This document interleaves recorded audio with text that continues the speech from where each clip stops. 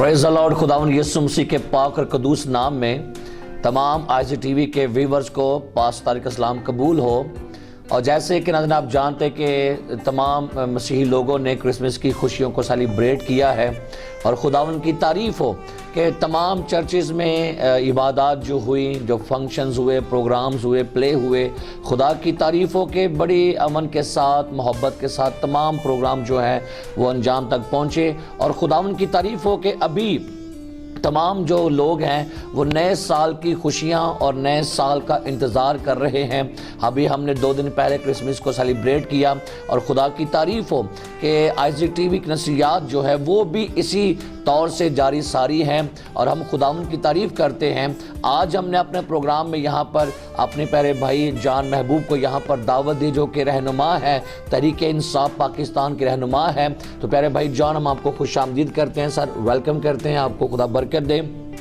और भाई जान जो कि एक बड़े सोशल वर्कर हैं और मैं देखता हूं कि इनकी जो अनथक मेहनत और ये इन दिनों, बल्कि जब से ये तहरीक इंसाफ में शामिल हुए हैं, ये जहां पर भी कहीं पर मसीहों को मसला बनता है, प्रॉब्लम बनती है, वहां पर पहुंचते हैं। बल्कि लोग इनको अपने प्रोग्रामों के अंदर बतौर चीफ गेस्ट भी बुलाते हैं और ये हर काम के अंदर अपनी कौम का दर्द रखते हैं, अपनी कौम से मोहब्बत करते हैं, कौम से प्यार करते हैं। सो आज हम इनके साथ गुफ्तगू करेंगे। सो प्रोग्राम का आगाज़ हम दुआ के साथ करते हैं, सरों को झुकाते हैं और दुआ मांगेंगे। ऐ जिंदा मेहरबान जलाली आसमानी खुदा, कादर मुतलक हवा खुदा, हम खुदावंद आज तेरा शुक्र अदा करते हैं इस मुक़द्दस महफिल के लिए, इस अच्छे खुदावंद प्रोग्राम के लिए, IGTV की अपॉर्चुनिटी के लिए खुदावंद तेरा शुक्र करते हैं। आज जो भी प्रोग्राम में बातचीत हो खुदा वो नाजरीन के लिए, तमाम लोगों के लिए बाइस बरकत साबित हो। और हम दुआ करते हैं कि तमाम सुनने जितने लोग हैं उनकी ज़िंदगियों में खुदा का जलाल, खुदा की हजूरी कसरत से काम करे और ज़िंदगियों में शादमानी आए। और जो लोग नए साल के लिए अब तैयारियों में लगे हुए हैं, खुदा उनकी ज़िंदगियां जो हैं वो एक नए तौर से, उनकी नई सिमत में चलना शुरू करें, ताकि उनकी ज़िंदगियों में खुदा के नाम को जलाल मिले, यीशु मसीह के नाम में, आमीन। तो भाई जान, बतौर आप PTI जो रहनुमा हैं, आपने यहाँ पर इतनी मसूफियात, जो आपकी मसूफियात गुजरी हैं, तो आपने अपने ख़ानदान के साथ क्रिसमस को कैसे सेलिब्रेट किया है? थैंक यू पास्टर साहब, बहुत शुक्रिया आपका कि आपने यहाँ पे मुझे बुलाया जी और क्रिसमस के हवाले से बात की जी। मैं हमेशा क्रिसमस जो है वो अपने वालिदैन के साथ गुजारता हूँ जी। डस्के में हमारा घर है, मेरे माँ बाप जो हैं वो डस्के में ही रहते हैं। जी जी। तो क्रिसमस के दिनों में हम सारे बहन भाई इकट्ठे होते हैं। एक मेरी बहन पिंडी में होती है, एक लाहौर में होती है जी। तो मैं इधर सियालकोट में काम करता हूँ। हम सारे लोग वहाँ पे क्रिसमस वाले दिन इकट्ठे माँ बाप के साथ गुजारते हैं, चर्च जाते हैं और उसके बाद घर आ जाते हैं। घर आके फिर सारे बहन भाई इकट्ठे मिलके खाना बनाते हैं, बच्चे सारे हमारी फैमिली के खेलते कूदते हैं, उनके साथ ही सारा दिन गुजर जाता है। बड़ी अच्छी बात जान भाई ने कही कि क्रिसमस वो अपनी फैमिली के साथ मनाते हैं, वो अपने वालिद के साथ घर में जाते हैं, सारे बहन भाई इकट्ठे होते हैं। तो क्रिसमस का पैगाम भी असल में मोहब्बत का पैगाम है, इकट्ठे होने का पैगाम है। कलाम में लिखा है कि जब यीशु मसीह का जन्म हुआ तो मजूसी जो दूर दराज से आए वो भी वहाँ पर इकट्ठे हो गए, आसमान से फरिश्ते भी आ गए, चरवाहे भी आ गए, गिडरिए भी वहाँ पर आ गए। तो जैसे यीशु मसीह जो है ये सबको इकट्ठा करने के लिए आ गए, बादशाह, गडरिए, फरिश्ते, ये सब यहाँ पर जमा हो गए हैं। यानी खुदावन यीशु की आमद ने आसमान और ज़मीन को मिला दिया। खुदावन यीशु की आमद ने बादशाह और गरीबों को इकट्ठा कर दिया है। तो यही पैगाम क्रिसमस का पैगाम है कि हमें हमेशा मिलकर रहना है, इकट्ठे रहना है, ताकि ज़िंदगियों में खुदावन के नाम को जलाल मिले। तो भाई जान, हम देखते हैं कि जो गुज़श्ता हुकूमतें थीं उन्होंने चर्चेज़ के लिए काफ़ी फ़ंड्स दिए, तामीरात के काम के लिए और उनकी मरम्मत के काम के लिए। तो जो PTI हुकूमत है ये चर्च की तामीरात के लिए क्या ये प्रोग्राम मुरतब दे रही है? मेरी 3-4 दिन पहले मिनिस्टर साहब से बात हुई थी जी। मैंने उन्हें कहा था कि सियालकोट के हवाले से कुछ प्रोजेक्ट उनको दिए हैं जी। तो चूँकि जो पिछली हुकूमत थी उसके प्रोजेक्ट इतने रुके हुए थे सियालकोट के लिए जी। तो मिनिस्टर साहब ने सबसे पहले तो वो प्रोजेक्ट कंप्लीट किए हैं, ठीक है? बहाल करवाए हैं, बल्कि कंप्लीट हो गए हैं। 3-4 प्रोजेक्ट हैं, वो ये नेक्स्ट डेटों में हम इनका इफ्तिताह करने वाले हैं, ठीक है जी। ये वहाँ पे अटारी मोहल्ला में कम्युनिटी सेंटर था जी, उसका काम पिछली हुकूमत ने स्टार्ट करवाया था लेकिन रुक गया था जी। लेकिन हमने कोशिश करके, मिनिस्टर साहब ने कोशिश की, दोबारा उसका फंड बहाल कराया जी, और अब वो काम कंप्लीट हो गया है, ठीक है। तो वो उसका हम कुछ दिनों में इफ्तिताह करने वाले हैं। उसके अलावा ये पादरी सुंबल साहब के चर्च का था काम, आडे के चर्च का था काम, तकरीबन 15-20 प्रोजेक्ट थे जो रुके हुए थे जी। तो मिनिस्टर साहब ने ये कहा था, चूँकि वो तो अगर वो काम ना शुरू करवाते तो वो तो खंडरात बन जाने थे जी। हमारी हुकूमत ने ये कहा है कि ये जो पैसे हैं पहले हम उनको कंप्लीट करवा लें ताकि उन लोगों का काम जो है ना मुकम्मल हो। बहुत सारे चर्च थे जिनका छत ही नहीं डलने वाला था जी, उनका छत कंप्लीट करवाया ताकि वहाँ पे बातें शुरू हो। वो लोग बाहर बातें कर रहे थे जी। तो इंशाल्लाह उन्होंने वादा किया है कि अब जबकि हमने पिछले काम करवाए हैं उसका हमने इफ्तिताह भी करना है। वहाँ पे ये खरोटा सईदा पे चर्च था, कोली लवारा में चर्च था, ये 15-20 प्रोजेक्ट थे जी। उनका काम कंप्लीट करवाया। अभी हमने रिसेंटली मैंने उन्हें प्रोजेक्ट दिए हैं, इंशाल्लाह नेक्स्ट जो जब बजट होगा उसमें वो प्रोजेक्ट इंशाल्लाह कंप्लीट होंगे। तो भाई जान, यहाँ पर एक और भी बात मैं करना चाहूँगा कि तकरीबन काफ़ी सालों से जब भी क्रिसमस आता था तो गवर्नमेंट पाकिस्तान तमाम लोगों को 5-5 हज़ार रुपये का चेक जो थे वो क्रिसमस गिफ्ट पेश करते थे। लेकिन इस बार लोगों ने हमसे पूछा, एतराज़ात किए कि हमें जी वो गिफ्ट नहीं मिले, तो इसकी क्या वजूहात थी? ये भी मिनिस्टर साहब से बात हुई थी। मिनिस्टर साहब ने एक्चुअली ये कहा था कि पिछली दफ़ा ये हुआ है कि जब मिनिस्टर साहब ने अपने मुख्तलिफ ज़िलों में नुमाइंदे बनाए थे जी, ठीक है, कि ये नुमाइंदे जो है ना ये चेक तकसीम करें जी जी, ठीक है, ये जो लिस्ट देंगे ये देखेंगे, क्योंकि एक क्रिश्चियन बंदा ही जानता है कि हमारे बरादरी में कौन से लोग गरीब हैं कौन से अमीर हैं, ठीक है। अब एक्सपीरियंस मिनिस्टर साहब का ये हुआ है कि बहुत सारे दूसरे जो लोग हैं ना जी, वो शामिल हो जाते हैं, मुस्लिम लोग शामिल हो जाते हैं। वो कहते हैं कि हमारी मर्जी से इस बंदे को जो उनके घर में काम करता है, जो उनके ज़्यादा करीब होते हैं, वो तयन नहीं कर सकते कि गरीब को चेक मिल रहा है या अमीर को चेक मिल रहा है। तो मिनिस्टर साहब ने ये बेहतर ये समझा है कि हम इसको जो है ना वो बच्चों के लिए फंड, जो बच्चों का स्कॉलरशिप है ना उसमें डाल दें ताकि हमारे मसीही बच्चों को मतलब कि जो है ना एजुकेशन के वाले से ज़्यादा फंड मिले, ज़्यादा से ज़्यादा वो पढ़े। इसलिए मिनिस्टर साहब ने ये कहा है कि जो पहले लोग थे वो मतलब जब चेक देते थे तो पहले मतलब कि जो पिछली हुकूमतों के एमपीए थे वो पहले पैसे ले लेते थे। 5,000 का चेक था, 2,000 वो खुद ले लेते थे तो 3,000 रुपया जो था वो आगे मिलता था।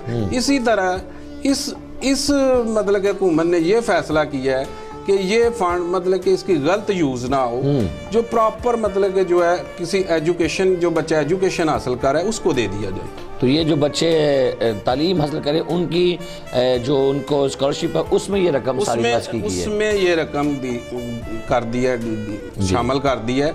आपके बच्चे जो मैट्रिक में है, जो FA में है, वो BA में है, वो मिनिस्टर साहब के अपने कॉलेजेस में जाएं, वहाँ पे स्कॉलरशिप फॉर्म है, वो स्कॉलरशिप फॉर्म लें। अगर वहाँ से नहीं मिलते आप मिनिस्टर साहब से रब्ता करें, मुझसे रब्ता करें ताकि हम मसीही बच्चों को वो स्कॉलरशिप फॉर्म दें, वो स्कॉलरशिप फॉर्म भरें, वो हम खुद जो है वो मिनिस्टर साहब के ऑफिस में जमा करवाएंगे और लोगों को जो है ना वो फंड मिलेगा। जी, तो यहाँ पर ज़रूर कहना चाहूँगा वो लोग ऐसे जो ये सवाल कर रहे थे उनका जवाब ये है कि वो तमाम रकम जो हर क्रिसमस के दिनों में लोगों को दी जाती थी 5,000 का चेक, वो तमाम ऐसे बच्चे जो तालीम हासिल करें उनके स्कॉलरशिप के लिए वो इन्वेस्ट की गई है।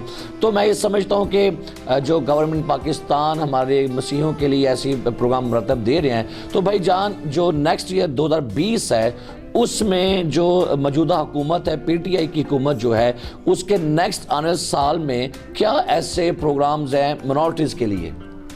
सर जो मौजूदा हुकूमत है ना वो ये मिनार्टी और दूसरा नहीं समझते, वो सबके लिए इक्वल है। जी जी ठीक है, कोई ये नहीं है कि ये मिनार्टी का प्रोजेक्ट है या ये ऐसे कोई बात नहीं है। ठीक है, अभी रिसेंटली हमने मतलब कि हाउसिंग स्कीम के हवाले से रजिस्ट्रेशन की है, तो वो ये नहीं है कि सिर्फ मिनार्टी के लिए, वो सब लोगों सबके लिए। जी ठीक है, जब ये सारा डाटा इकट्ठा हो जाएगा वहाँ पे कोटा सिस्टम होगा फिर। ठीक है, वो अभी हुकूमत बताएगी कि मिनार्टी का उसमें कितना कोटा है। ठीक है, तो ये हाउसिंग स्कीम के वाले से, दूसरा ये जो सेहत कार्ड है, हेल्थ कार्ड है उसके वाले से, ये सारा मतलब कि अभी रिसेंटली हेल्थ कार्ड हुकूमत दे रही है, 32 लाख हेल्थ कार्ड दे रही है। ठीक है, ये कम से कम 7.5 लाख रुपए का एक कार्ड है जिसमें पूरी फैमिली मतलब कि जो है वो ट्रीटमेंट करवा सकती है। सियालकोट में बथानिया ये है, अदरीस हॉस्पिटल है। ठीक है, उसके अलावा ये अलनूर हॉस्पिटल है। ठीक है, लाहौर के हॉस्पिटल हैं। ठीक है, तो मैंने अपनी मतलब कि क्रिश्चियन कम्युनिटी के मिशन हॉस्पिटल वाले डायरेक्टर साहब से और अपना आरफ साहब से कहा था कि मुझे आप मेरे से मीटिंग करें। मैं ये चाहता हूँ कि इसका जो है ना मिशन हॉस्पिटल को भी पैनल पे लाया जाए, ताकि हमारे मसीही लोगों को वैसे भी मतलब कि जो है वहाँ पे जो लोग काम करें वहाँ पे उनको फ़ायदा हो। तो इंशाल्लाह हम कोशिश कर रहे हैं कि क्रिश्चियन मेमोरियल हॉस्पिटल को भी इस पैनल में लाया जाए। जी तो भाई जान, जैसे कि क्रिसमस की इबादत अभी गुजर चुकी हैं, तो जो हमारी इंतज़ामिया थे, DPO साहब, DCO साहब, इन्होंने क्या इंतजाम किए थे तमाम मसीही प्रोग्रामों के लिए और उसके बाद चर्चेज़ की सिक्योरिटी के लिए?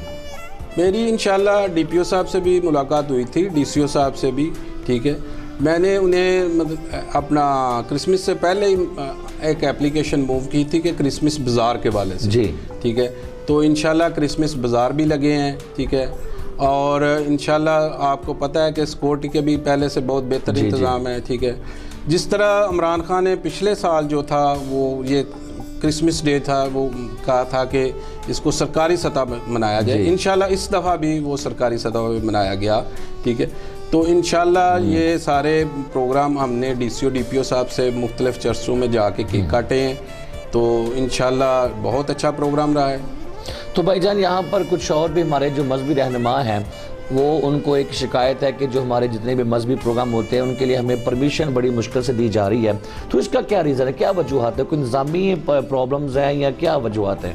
एक्चुअली देखें, गवर्नमेंट ने कुछ जो है ना वो PSO मुकर्रर किए होते हैं। ठीक है, सिक्योरिटी पर्पज़ के हवाले से बहुत सारी चीज़ें सामने आती हैं। जी ठीक है, अब ये है कि उसके ऊपर उतरना हर बंदे का काम है, जो भी मतलब कि सिक्योरिटी के हवाले से हर बंदा उस पर मतलब कि उतरेगा तो फिर ही वो लाइसेंस उसे मिलेगा, NOC वगैरह मिलेगा। ठीक है, कोई गवर्नमेंट जो है वो ये नहीं चाहती कि हमारे मतलब कि प्रोग्राम लोगों के साथ तल्लुकात खराब। सही बिल्कुल ठीक है, ये है कि ये तो ज़ाहिर है मतलब कि उन्होंने एक मेरी नईम साहब से भी कई दफ़ा मुलाकात होती है, सिक्योरिटी इंचार्ज हैं। ठीक है, उसके अलावा स्पेशल ब्रांच वालों से भी, थाने वालों से भी, क्योंकि एक तरीक़ाकार है उन्होंने एक बनाया हुआ है, उस तरीक़ेकार के ऊपर जो भी अमल करेगा वो उसको NOC दे देंगे। जी सही, ठीक है। तो भाई जान, आप क्रिसमस के मौका पर, क्रिसमस के सीज़न में आप तमाम अपने व्यूवर्स को, नाज़रीन को ऐसे टीवी से क्या पैगाम देना चाहेंगे? क्रिसमस देखें, क्रिसमस नाम ही सुलह और सलामती का है। जी ठीक है, खुदावंद यीशु मसीह की पैदाइश ही सुलह और सलामती के वाले से है। ठीक है, उनका सारा पैगाम ही हमें चाहिए कि हम एक दूसरे के साथ मिलजुल कर रहें, एक दूसरे के साथ मिलजुल के काम करें, सुलह और सलामती के साथ रहें। आजकल मैंने ये देखा है कि लोग मतलब कि किसी की बर्दाश्त नहीं करते, कोई भी बात हो जाए बर्दाश्त नहीं करते। ठीक है, हमें बर्दाश्त करनी चाहिए। हम थोड़े से लोग हैं, एक दूसरे के साथ मिल के करना चाहिए। इत्तेफाक में बरकत होती है, अगर इत्तेफाक में हम रहेंगे तो हम तरक्की करेंगे, अगर इत्तेफाक में नहीं रहेंगे तो हम इसी तरह ही जैसे आपके सामने हो रहा है। ठीक है, हम एक दूसरे की टांगे खींचते हैं, तो हमें सुलह और सलामती के साथ ही रहना चाहिए। बड़ा खूबसूरत पैगाम जान भाई का कि हमें मिलकर रहना होगा, नफ़रतों को, कदूरतों को मिटाकर दूर करके बर्दाश्त करनी होगी, मुआफ़ करना होगा, और यही बाइबल मुक़द्दस की तालीम भी है। एक छोटा सा पैगाम आज आपके साथ शेयर करना चाहूँगा। मुक़द्दस लूका की इंजील के 2 बाब की उसकी 6 और 7 आयत पढ़ना चाहूँगा। लिखा है, जब वहाँ थे तो ऐसा हुआ कि उसके वज़े हमल का वक्त आ पहुँचा।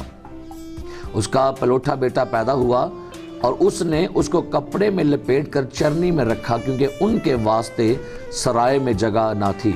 कलाम के पढ़े, सुने और कबूल करने पर खुदावंद की बरकत हो।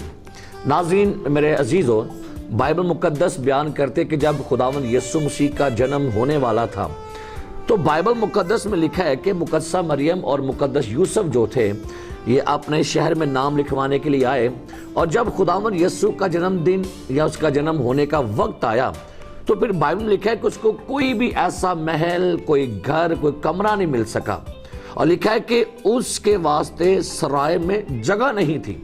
जहां पर मेहमान ठहरते हैं, मुसाफिर खाना है, वहां पर कोई भी ऐसा कमरा, बल्कि वहां पर थोड़ी जगह भी नहीं है कि जहां पर बादशाहों का बादशाह उसका जन्म हो सकता। सो बाइबल कहते हैं कि उसका जन्म एक जानवरों के अस्तबल में हुआ, जहां पर जानवरों को बांधते हैं। मेरे अजीजों, ये वर्ड जो यहां पर लिखे कि उनके वास्ते जगह ना थी, यानी यीशु मसीह जिसके बारे में लिखा है कि आसमान उसका तख्त है, ज़मीन उसके पांव की चौकी है, और पूरी कायनात उसका जो है उसका घर है जहां पर वो समाया हुआ है, बल्कि वो कायनात से बाहर भी समाया हुआ है। लेकिन जब उसका दुनिया में आने का वक्त है तो जगह नहीं थी। आज भी मेरे अजीजों कुछ ऐसा ही माहौल में लगता है कि यीशु मसीह की जगह आज भी लोगों के पास नहीं है। लोग अपनी मसरूफियात में, लोग अपने त्योहारों में, लोग अपने जश्न में, लोग अपने इंटरटेनमेंट में लगे हुए हैं, शॉपिंग करने में, घर सजाने में, गलियां सजाने में, चर्च सजाने में, लेकिन लोगों के पास यीशु मसीह के लिए जगह नहीं है। आज कहना चाहूंगा कि यीशु मसीह जगह मांग रहा है। आप उसको जगह दें, आप उसको अपनी जिंदगी में, अपने घर, अपने कारोबार में, अपने मोहल्लों में, अपने चर्च में जब आप उसको जगह देंगे, याद रखिए हमारी महफिलों का मरकज यीशु मसीह है, हमारी इबादतों का महवर यीशु मसीह है।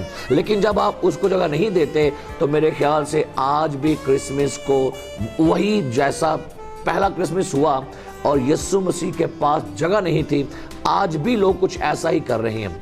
मेरे अजीजों, एक दफ़ा का जिक्र है कि सुंदर सिंह स्वामी जो थे वो एक पहाड़ पर बैठे हुए थे, क्रिसमस का दिन था, तो वहां पर वो दुआ कर रहे थे। अचानक एक शख्स को देखा जो कि अपनी बैक साइड किए हुए पहाड़ पर बैठा हुआ था। तो स्वामी ने समझा कि शायद कोई मुसाफिर यहाँ पर बैठा है। जब वो शख्स के पास गया तो जब उसने उसको बुलाया, तो जब उसने अपना चेहरा मोड़ा तो वो खुदावन यीशु मसीह था।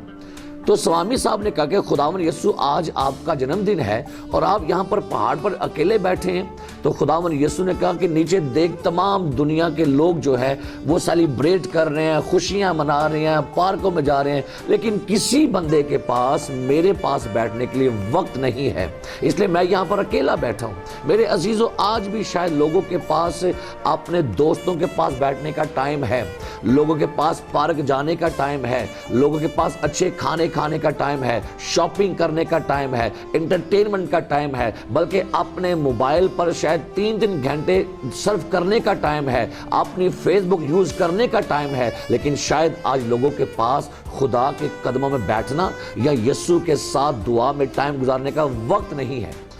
किसी शख्स ने बड़ी प्यारी बात कही कि खुदा कहता है कि मेरे पास लोगों की दुआ सुनने का बड़ा टाइम है, लेकिन लोगों के पास दुआ मांगने का टाइम नहीं है। आइए मेरे अजीजों, इस क्रिसमस के मौका पर यह पैगाम देना चाहूंगा, यीशु मसीह को जगह दें, यीशु मसीह को वक्त दें। जब यीशु जमीन पर था उसने एक बड़ी प्यारी बात कही थी, उसने कहा कि परिंदों के घोंसले होते हैं और लोमड़ियों के बट, लेकिन इब्ने आदम के लिए सर धरने की भी जगह नहीं है। आइए खुदावन यीशु को अपने बिजनेस में जगह दें, आइए यीशु मसीह को रिश्तों में जगह दें, यीशु को अपने खानदान में जगह दें, यीशु को अपने चर्च में जगह दें। मैं एक वाकया पढ़ रहा था कि सुंदर सिंह स्वामी जब किसी चर्च में गए, इंग्लैंड का चर्च था, और वहां पर जाके वो सबसे पहले बेंच पर बैठ गए। एक फैमिली आई, उसने कहा कि भाई अजनबी ये बेंच हमारा, यहां से उठ जा, आप पीछे हो जाओ। स्वामी साहब पीछे हो गए। एक और फैमिली आई, उसने कहा ये बेंच हमारा है, आप पीछे हो जाओ। स्वामी साहब पिछले तीसरे बेंच पर आ गए। एक और फैमिली कहा भाई ये बेंच हमारा है, आप पीछे हो जाओ। तो होते होते स्वामी साहब चर्च के बाहर आ गए, चर्च पूरा भर गया। तो सुन सिंह स्वामी वहां पर खड़े होकर रोना शुरू हो गए। तो स्वामी ने कहा कि खुदावंद देख, मैं सबसे पहले यहाँ पर आया था और मैं अब बाहर खड़ा हूँ, तो ये पूरा चर्च भर गया है। तो वहां पर दोबारा से खुदावंद यीशु मसीह स्वामी से मुलाकात करते कहते स्वामी ये चर्च तो भर गया लेकिन यहाँ जगह मुझे भी नहीं मिली, आ कहीं और चलते हैं, दोनों इकट्ठे गुफ्तगू करते हैं। आज मेरे अजीजों, क्रिसमस के दिन जब आते हैं चर्च भरे होते हैं, लेकिन कभी आप ये देखिएगा क्या हमारे चर्चों में यीशु मसीह को वो मुकाम मिलता है? हमारे चर्चों में गंदगी, हमारे चर्चों में बदी, हमारे चर्चों में गुनाह, सियासत, हसद, पार्टीबाजियां हैं। क्या चर्चों में जगह यीशु को मिल रही है? चर्च खुदावंद यीशु का बदन है, चर्च बॉडी ऑफ क्राइस्ट है। सो जरूरी है कि आज हम यीशु मसीह को अपने खानदानों में जगह दीजिए। यीशु मसीह बड़ा खास है, यीशु मसीह मरकज है, यीशु मसीह दरमियानी है। लेकिन अफसोस है, आप देखिएगा अक्सर का लोगों ने चरनी अपने घर के किसी कोने में बनाते हैं, तो यीशु को भी जगह कोनों मिल रही है। यीशु मसीह को अपने दिल में जगह दीजिए, अपने बदन पर, अपने सारे फैसलों में यीशु को अहमियत दीजिए। बाइबल में लिखा हुआ है कि यीशु मसीह अव्वल और यीशु मसीह आखिर है और सब बातों में यीशु का दर्जा अव्वल होना चाहिए। सो मेरे अजीजों, इस क्रिसमस के मौका पर पैगाम देना चाहूँगा यही है आप सबके लिए कि यीशु को मौका दीजिए, यीशु को अव्वल दर्जा दीजिए, यीशु को जगह दीजिए। और जब यीशु को आप मौका देंगे, जगह देंगे, तूफानों में तूफान थम जाएंगे। यीशु को मौका देंगे गुर्बत में, गुर्बतें खत्म हो जाएंगी, बीमारियां खत्म हो जाएंगी और अपने खानदानों में यीशु को जगह दीजिए। यीशु ने कहा था ज़कई मुझे तेरे घर रहना जरूर है, जाना लिखा हो, लिखा है रहना जरूर है। यीशु को अपने घर में रहने दीजिए और जब यीशु घर में रहेगा तो खुशियां और बरकतें आपके खानदानों में होगी। सो खुदा आपको बरकत दे। मेरे अजीज़ों, मेरा ईमान है कि ये प्रोग्राम जो हम आज कर रहे हैं इससे आप लोग बरकत पा रहे हैं। तो भाई जान, आप देखते हैं कि आइज़ टीवी की जो खिदमात हैं, आप उसके बारे में क्या कहना चाहेंगे? पास्टर साहब, आइज़ टीवी की खदमात को हम फरामोश नहीं कर सकते। ये वाहिद टीवी चैनल है जो दिन दुगनी रात चुगनी तरक्की कर रहा है मसीही प्रोग्रामों के वाले से। जितना ये काम कर रहा है कोई बंदा नहीं काम कर रहा। तो मेरी ये दुआ है कि खुदा अनवर फजल साहब को और सेहत और तंदुरुस्ती दे और ज़्यादा से ज़्यादा वो अंजील के फैलाने के लिए काम करें। आमीन आमीन। तो मैं ये दुआ करता हूँ उनकी मिसेस के लिए भी कि खुदा उनको भी हिम्मत और ताकत दे। ये बड़ा मुश्किल काम है जो वो कर रहे हैं, जो उन्होंने किया है। सही। तो खुदा का काम करना जो है, खुदा के लिए काम करना बड़ा मुश्किल होता है, लेकिन खुदा फिर उनकी बरकतें भी देता है। जी, खुदा ने अपने बंदा को भाई जान संभाला है और खुदा ने हमें पाकिस्तान के लोगों को एक गिफ्ट दिया है भाई साहब की शक्ल में। और मैं जब उनसे मुलाकात करता हूँ तो भाई जान ये हकीकत पर बात मबनी है कि भाई साहब एक बड़े हलीम शख्स हैं, बड़े आजिज़ हैं, बड़े मिलनसार हैं। और हम जब भी उनसे मुलाकात करते हैं एक बड़ी मोहब्बत और शफ़क़त के साथ मिलते हैं। और मैं समझता हूँ कि भाई साहब की तरक्की का राज ही उनकी हलीमी और आजी है। और कलाम में भी लिखा हुआ है कि सरफराज से पहले फ़रोतनी है। सो जब लोग फ़रोतन होते हैं, आजिज़ होते हैं, तो खुदा उनको बरकत देता है। सो नाज़रीन, आइए हम दुआ करेंगे ताकि नया साल आप सब के लिए खुशियों को लेकर आए। खुदा बाप यीशु मसीह नासरी के नाम से हम तेरी पाक बारगाहों में दुआ करते इस लम्हा। खुदावंद तूने ये पूरा साल हमारी बड़ी मदद की और ये गॉड बेस्ट साल को जो इस साल का आखिरी प्रोग्राम है, और खुदावंद तूने इस पूरे साल में खुदा गॉड ब्लेस सियालकोट के प्रोग्राम से लोगों को बरकत दी। मेरा दिल खुदा शुक्र गुजारी से भरा हुआ है। मैं खुदा आइज़ टीवी के लिए खुदा तेरे अजीम खादम सीनियर पास्टर अनवर साहब के लिए, भाई निदा के लिए, पास्टर शौकत साहब के लिए, पास्टर मुनव्वर के लिए, तमाम इटर्नल लाइफ मिनिस्ट्री के लिए खुदा मैं शुक्र गुजारी करता हूँ। खुदा पास्टर मुनीर भट्टी साहब के लिए खुदा शुक्रगुजारी करते हैं। और खुदावन जो कि इतने सालों से खुदावंद ये प्रोग्राम ऑन एयर है और लोग प्रोग्राम को देखते हैं, और आज तूने हमें तौफीक बख्शी कि हम इस साल का आखिरी प्रोग्राम ये कर रहे हैं। खुदा दुआ करता हूँ कि खुदा जो नेक्स्ट ईयर आने वाला है, उस आने वाले साल के अंदर भी गॉड ब्लेस सियालकोट के प्रोग्राम से लोग बरकत को रिसीव करें, लोग ब्लेसिंग को पाएं, लोग नए अज़म, नई मोटिवेशन को हासिल करें, खुदा इंस्पायरेशन को हासिल करें। खुदा मेरी दुआ है प्यारे भाई खुदा वारिस के लिए, भाई अनीस के लिए, भाई असद के लिए, भाई अफजल के लिए, जो हमारी टीम के लोग हैं, भाई जवेद के लिए, खुदा सबों को बरकत दे। अपनी अहलिया के लिए खुदा मैं शुक्रगुजार हूँ। खुदा मेरे सारे बड़े काम जो खुदा अपनी टीम जो हमारी आइज़ टीवी की टीम सियालकोट की है,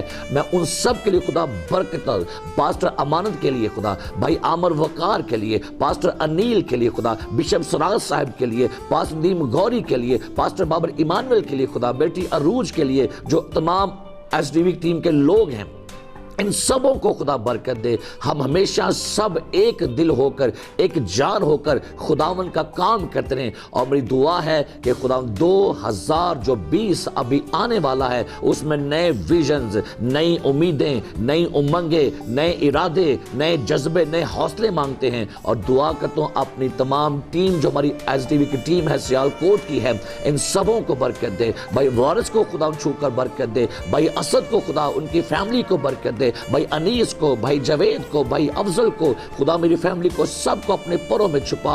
और पास्टर अनवर साहब के लिए, भाई निदा के लिए, उनकी सारी फैमिली के लिए सबों को खुदा छू। और 2020 जो है तमाम के लिए खुदा 22 से बरकत हो। ऐ खुदा प्यारे भाई इजे के लिए खुदा बरकत चाहते हैं, बहन नाजिया के लिए खुदा बरकत चाहते हैं। खुदा तमाम जितने भी टीम के लोग काम करें, आइज टीवी की सारी टीम के लिए खुदा की बरकत हो। पास्टर रिजवान साहब के लिए, पास्टर आमिर के लिए खुदा बरकत, फेवर, बरकत चाहते हैं। खुदा हम सबों को बरकत दे कि खुदा नेक्स्ट ईयर में हम सारे मिल के दुआ कर सके, हम सारे मिल के खुदा का जलाल जाहिर कर सके। भाई जान महबूब के लिए खुदा और अपनी गवर्नमेंट पाकिस्तान के लिए भी बरकत चाहते हैं। प्राइम मिनिस्टर इमरान खान साहब के लिए बरकत चाहते हैं। तमाम वुज़रा के लिए खुदा, सियालकोट के डीपीओ साहब के लिए, डीसीओ के लिए खुदा, सबके लिए बरकत चाहते हैं खुदा। और तमाम डिनोमिनेशंस को, तमाम चर्चेस को खुदा बरकत दे। हम एक एक चर्च के लिए, एक एक खुदावंद अदारे के लिए, तमाम फादर साहबान के लिए, बिशप साहबान के लिए खुदा, पास्टर साहबान के लिए, तमाम खुदा बाबू साहबान के लिए, तमाम खुदा नंस के लिए खुदा, सब के लिए बरकत देता है। तमाम मजहबी अदारों के लिए खुदा,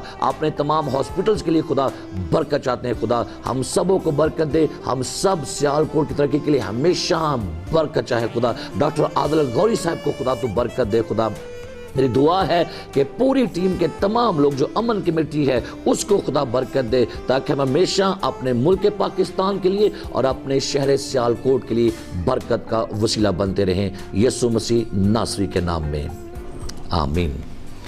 सो नाज़रीन, मेरा ईमान है कि आज आपने प्रोग्राम से बरकत को हासिल किया है। सो मेरे अजीज़ों, आपको जो नया साल आने वाला है बहुत मुबारक हो।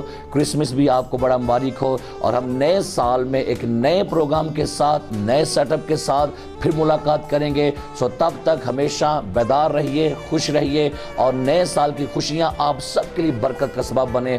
टीम को दुआ में याद रखिएगा, भाई वारिस को, भाई असद को, भाई अनीस को, भाई अब्दुल को, सबको याद रखिएगा। सो भाई जान आपको खुदा बरकत। थैंक यू वेरी मच आपकी तशरीफ आवरी के लिए। खुदा आपको बड़ी बरकत दे। सो मैं नाज़रीन दोबारा से मिलेंगे नए साल में नए प्रोग्राम के साथ। God bless Sialkot, God bless Isaac TV and God bless Pakistan. Pakistan जिंदाबाद।